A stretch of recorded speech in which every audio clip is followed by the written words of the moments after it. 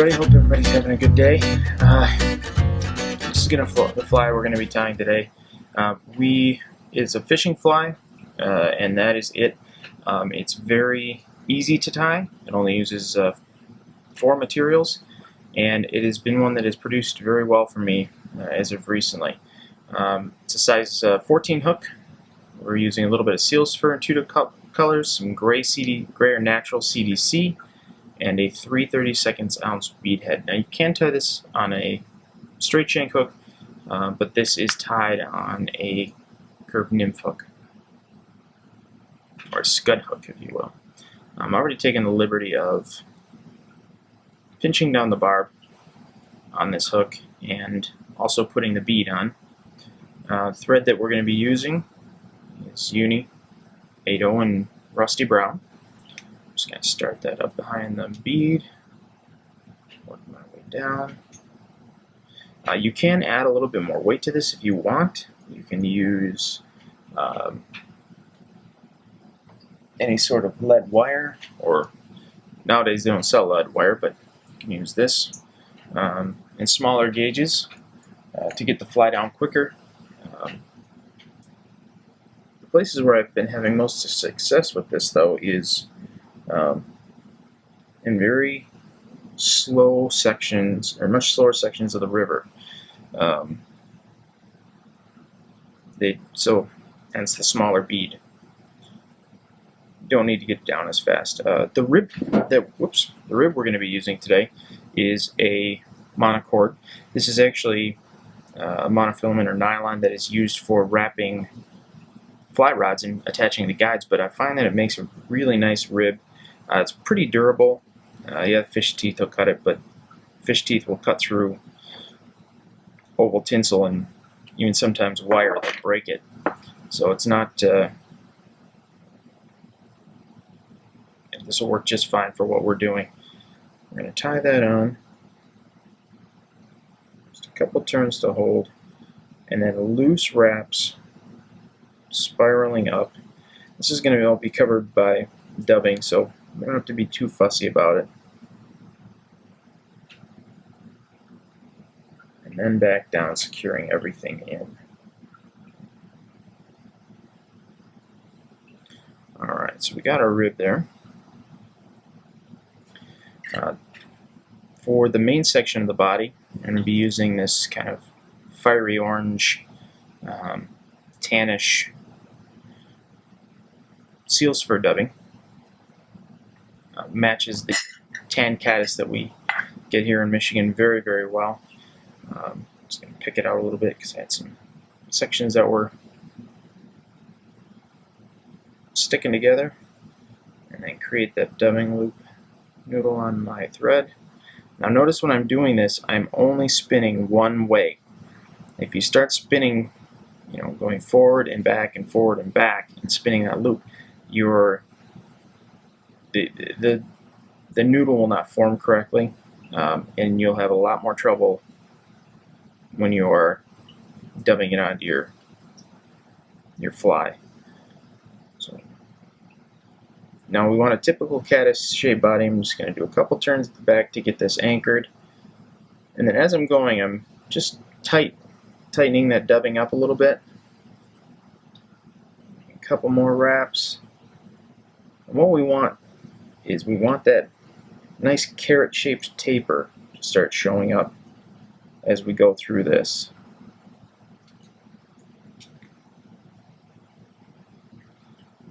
So tighten that dubbing up again, pull and tighten. It's looking pretty good. We'll tighten this down, go back just a little bit. So I want that front end to be much bulkier, but I still want everything to be nice and tight in there.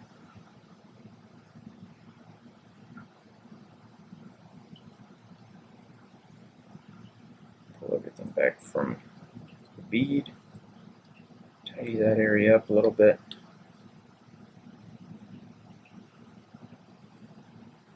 And now that I'm done dubbing that body, my thread's hanging just... Alright, so now that we've got everything dubbed up, we're going to start wrapping our rib up. There's 2 ways you can do this. You can counter wrap, which I prefer to do. and I just feel like even because this is so thin, I can get a few more wraps, and because it is going onto that dubbed body, I can make more wraps without making a big scene. Just protects it a little bit more.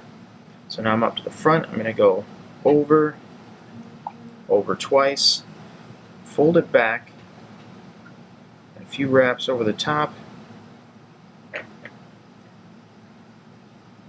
then trim that out. And then there's 2 points of thought to this. You can either put the legs up at the front,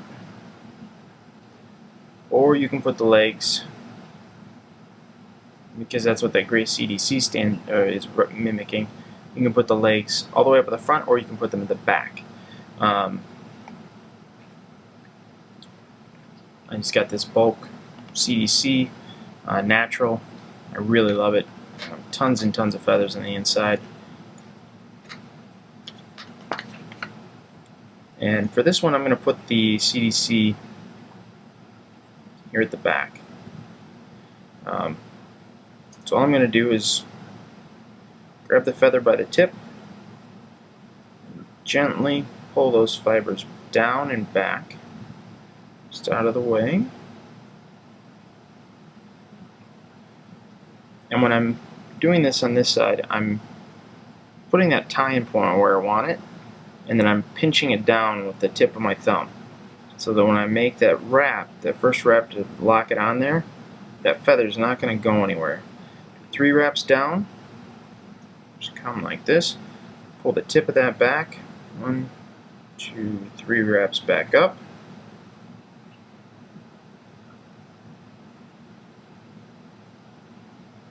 and then trim out that excess.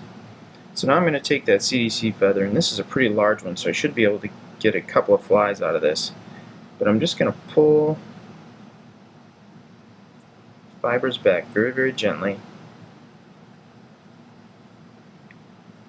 Just 1 wrap. And depending on how thick you want this to be, I'm going to make 2 full wraps, turns right in front of each other. Bring my thread up, 90-degree bend in the stem of the CDC feather. That way, even though it's a CDC feather, that stem, that has to break instead of pulling out.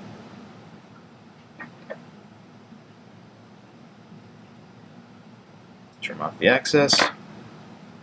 Make sure everything going forward of the eye or the bead is pulled back. And then just tidy that up right there.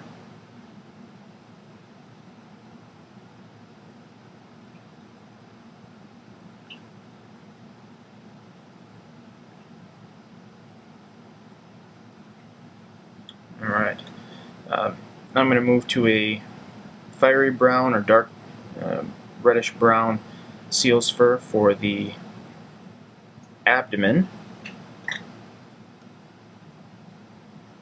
And again, same technique. All I do is basically I pinch this dubbing with a little bit sticking out in my left hand. I'm a right-handed tyer. And I just I get that started up on top, and then I gradually loosen up my grip on that dubbing down at the bottom.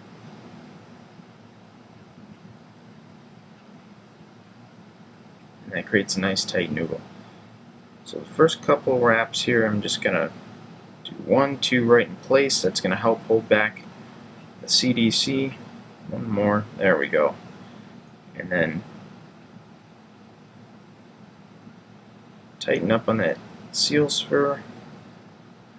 Again.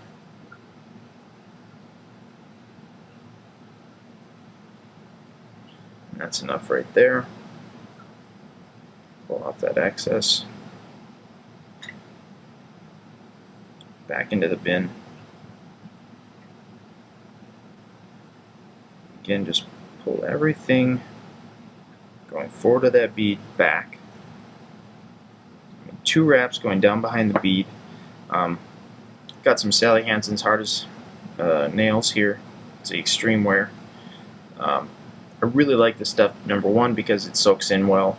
Number two, it creates a shiny finish on the heads of your flies that you don't use a bead on.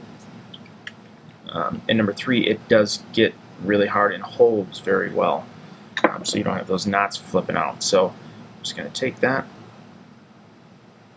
put a little on the thread there, grab my whip finisher, and just quickly pull everything going forward of that bead back. 1, 2, 3. Keep the thread tight.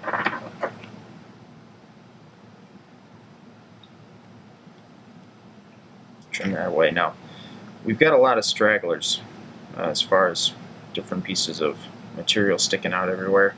Some guys like that. I like it when it's up on the dark seal's fur on the bottom, because that forms a really great impression of legs, like the actual legs of the fly. Just going through trying not to trim out any of that CDC feather. Find a longer one and try to pull it out of there first before I cut it.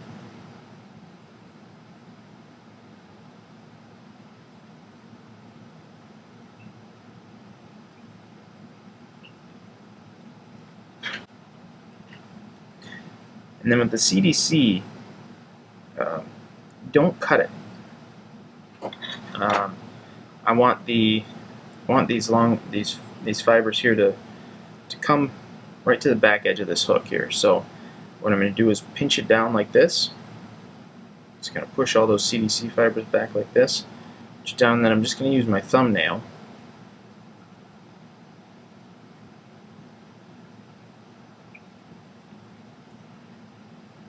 Break/rip those right off to the length that I want. And that still leaves a feathery edge on it, but it makes it look just a little bit more natural. So that's a tan caddis nymph. You can also swing this at a merger with the CDC on there. Like I said, it's been a great producer for me of late. In June here in Michigan, the caddis are coming off almost every day. It's kind of a great go-to if I can't figure out what's coming off, and I think it'll be a great one for you guys as well. So thanks for watching, and tight lines. Take care, guys.